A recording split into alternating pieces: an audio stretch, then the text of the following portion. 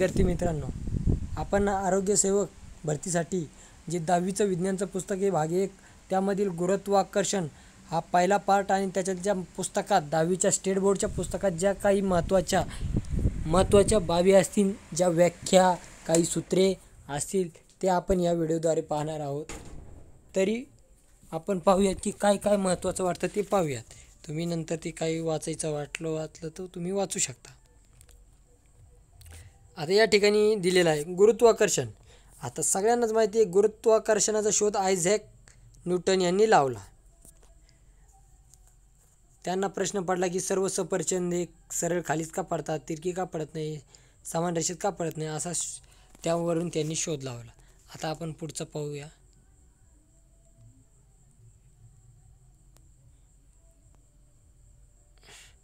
बलगती. वस्तूच्या वेगाच्या परिमाणात किंवा गतीच्या दिशेत बदल घडवून आणण्यासाठी त्यावर बल प्रयुक्त होणे आवश्यक असते. न्यूटनचे गतिशक्ती नियम कोणते? आता या ठिकाणी शास्त्रज्ञांचा परिचय आहे. पाहूयात आपण त्यांच्या संबंधात काय माहिती. सर आयझॅक न्यूटन आधुनिक काळातील अग्रगण्य शास्त्रज्ञ. त्यांनी गतीचे नियम, समीकरणे, गुरुत्वाकर्षण सिद्धांत प्रिन्सिपिया नामक ग्रंथात मांडला. न्यूटनने प्रकाश, ध्वनी, उष्णता, गणित क्षेत्रामध्ये उल्लेखनीय कार्य केले. ही एक महत्त्वाची. न्यूटनने परावर्तक दुर्बीण तयार करणारे पहिले शास्त्रज्ञ. आता त्या ठिकाणी वर्तुळाकार कधी व अभिकेंद्री बल.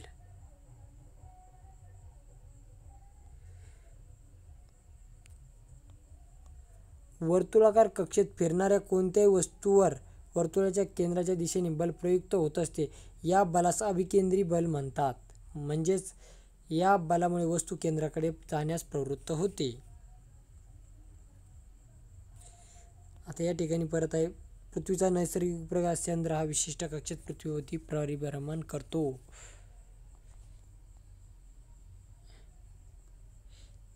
केप्लरचे नियम. आता या ठिकाणी केप्लरचा पहिला नियम आहे.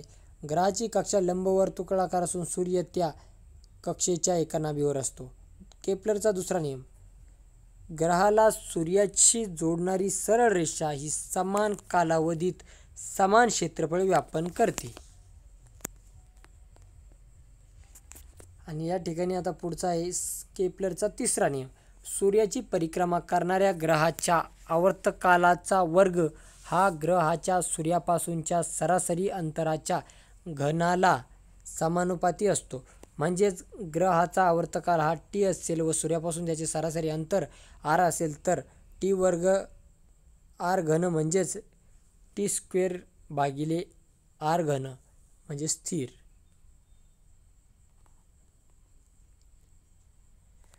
न्यूटनचा वैश्विक गुरुत्वाकर्षणाचा सिद्धांत. आता या सिद्धांतानुसार त्यांनी काय विश्वातील प्रत्येक वस्तूला ठराविक बलाने आकर्षित करते. हे बल एकमेकांना आकर्षित करणाऱ्या वस्तूंच्या वस्तुमानाच्या गुणाकाराशी समानुपाती आणि त्यामधील अंतराच्या वर्गाच्या व्यस्तानुपाती असते. हे महत्त्वाचं आहे या ठिकाणी.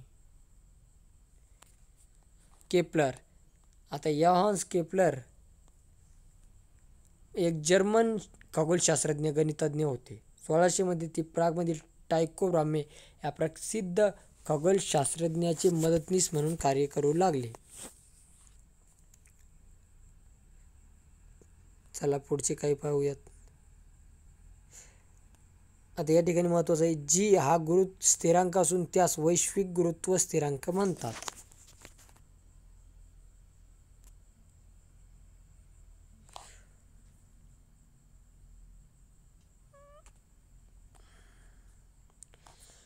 आता या ठिकाणी हे महत्त्वाचं आहे.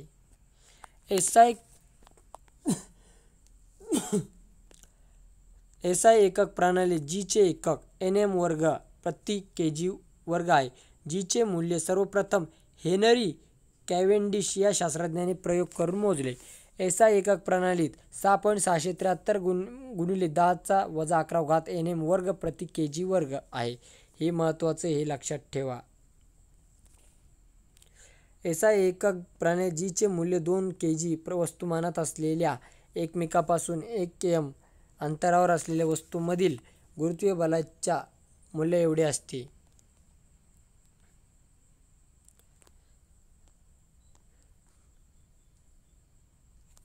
एखाद्या वस्तूचे वस्तुमान हे त्या वस्तूच्या आतील किंवा बाहेरील बिंदू असतो ज्यामध्ये वस्तूचे सर्व वस्तुमान केंद्रित असते असे मानू शकतो. एक समान घनता असलेल्या गोलाकृती वस्तूचे वस्तुमान केंद्र गोलाचे भूमितीय केंद्र असते. कोणत्याही समान घनता असलेल्या वस्तूचे वस्तुमान केंद्र त्याच्या मध्यवर्ती बिंदूवर असते. एक समान वर्तुळाकृती अभिकेंद्री बलाचे परिणाम. या ठिकाणी सूत्र दिलेलं आहे. चाल बरोबर कापलेले अंतर भागिले त्यासाठी लागलेला काल.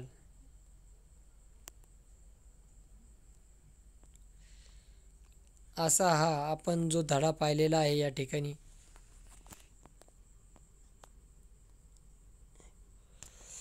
आता ओटी या संबंधी समुद्रात नियमितपणे येणारे भरती ओटी बद्दल तुम्हाला माहितीच असेल. एका किनाऱ्यावर समुद्राच्या पाण्याची पातळी दिवसातून नियमित कालावधीत दोन वेळा वाढते व कमी होते. वेगवेगळ्या स्थानांवर भरती ओटीची वेळ वेगळी असते. समुद्राच्या पाण्याची पातळी चंद्राच्या गुरुत्वीय आकर्षणामुळे बदलते. या बलामुळे चंद्राच्या दिशेला असलेल्या पाण्याचा फुगवटा तयार होतो. त्यामुळे स्थानावर भरती येते व त्या स्थानापासून दाखल 90 अंशाच्या कोनामध्ये असलेल्या पृथ्वीवर स्थानावर पाण्याची पातळी कमी होते व तेथे ओटी निर्माण होते. पृथ्वीचे गुरुत्वीय बल.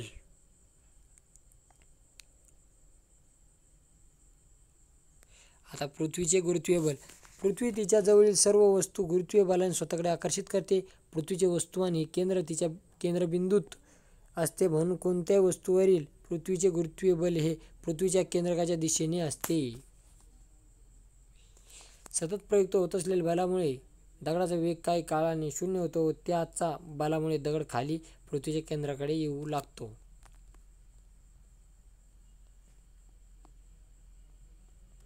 पृथ्वीचे गुरुत्वीय बल चंद्रावर प्रयुक्त होत असल्यामुळे चंद्र पृथ्वीभोवती परिक्रमा करतो. पृथ्वीभोवती परिक्रमा करणाऱ्या कृत्रिम उपग्रहाच्या बाबतीत हेच घडत असते. चंद्र व कृत्रिम उपग्रह पृथ्वीभोवती फिरतात. त्यांना पृथ्वी स्वतःकडे आकर्षित करते परंतु सफरचंदाप्रमाणे ते पृथ्वीवर पडत नाहीत.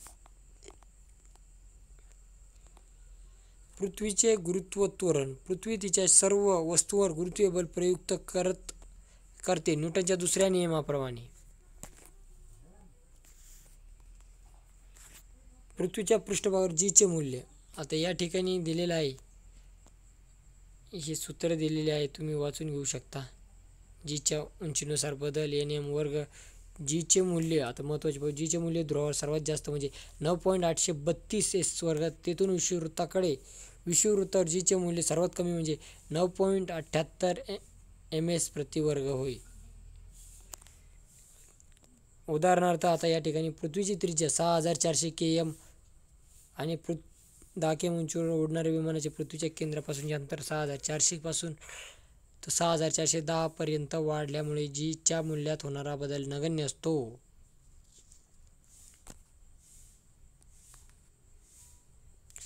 आता या ठिकाणी तो तक्ता दिलेला आहे, तुम्ही तो वाचून घ्या. पृथ्वीच्या पृष्ठभागावर उंची जीचे मूल्य. Mount Everest 8.8. मानवनिर्मित फुग्याने गाठलेली सर्वाधिक उंची 36.6. अंतराळ यानाची कक्षा 400. दळणवळण उपग्रहाची कक्षा 35,700. वस्तुमान व वजन. वस्तुमान कोणत्या वस्तूचे वस्तुमान म्हणजे त्या मध्ये असलेल्या द्रव्य संचयाचे मापन होय. SI एकक किलोग्रॅम आहे.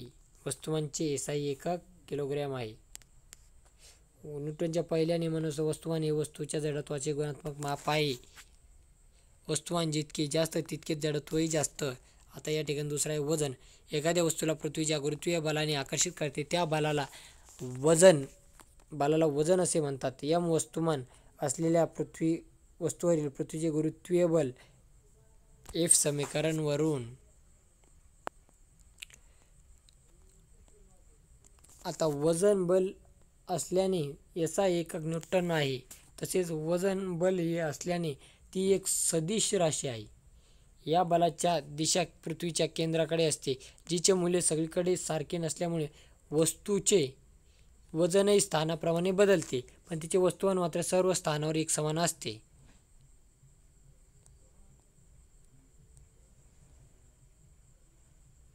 गुरुत्वीय लहरी. पाण्यात दगड टाकल्यावर त्यावर लहरी निर्माण होतात.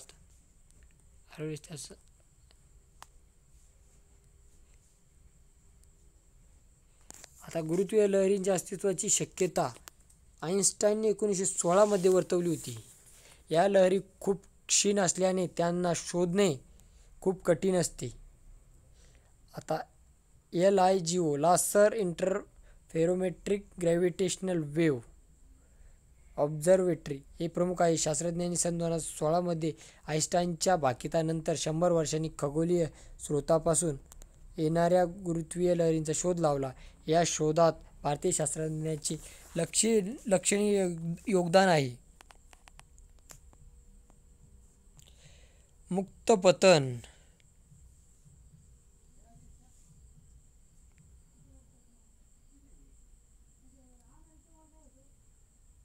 मुक्त पतनात वस्तूचा जमिनीवर पडताना वेग व त्यास लागणारा कालावधी आपण न्यूटनची समीकरणे वापरून काढू शकतो. मुक्त पतनासाठी त्वरण g चे असते व आरंभीचा वेग u 0 असतो.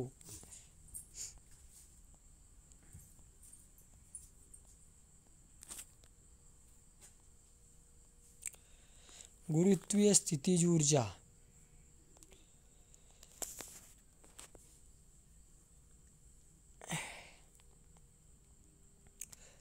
वस्तूची गुरुत्वीय स्थितीज ऊर्जा mgh असते. पृथ्वीच्या पृष्ठभागावरती 0 असते. h चे मूल्य पृथ्वीच्या त्रिज्येच्या तुलनेत अगदी कमी असताना g चे मूल्य आपण स्थिर धरू शकतो.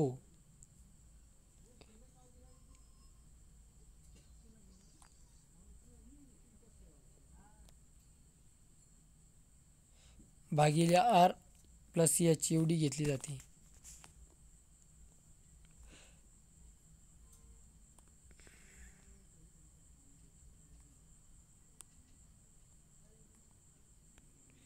आता या ठिकाणी काही सूत्रे महत्त्वाची ते पाहूयात आपण.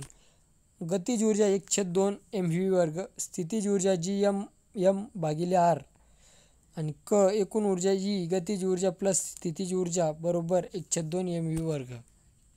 अनंत अंतरावरील गतीज ऊर्जा 0, स्थितीज ऊर्जा g m एकूण ऊर्जा E2 गतीज ऊर्जा प्लस स्थितीज ऊर्जा.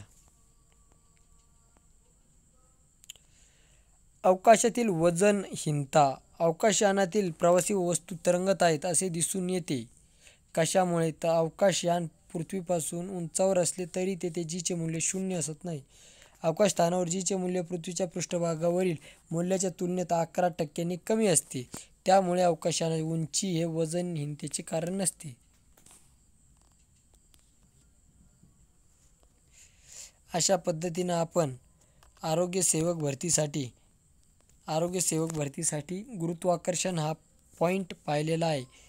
आरोग्य सेवक भरतीसाठी नक्कीच यावर महत्त्वाचे प्रश्न राहतील.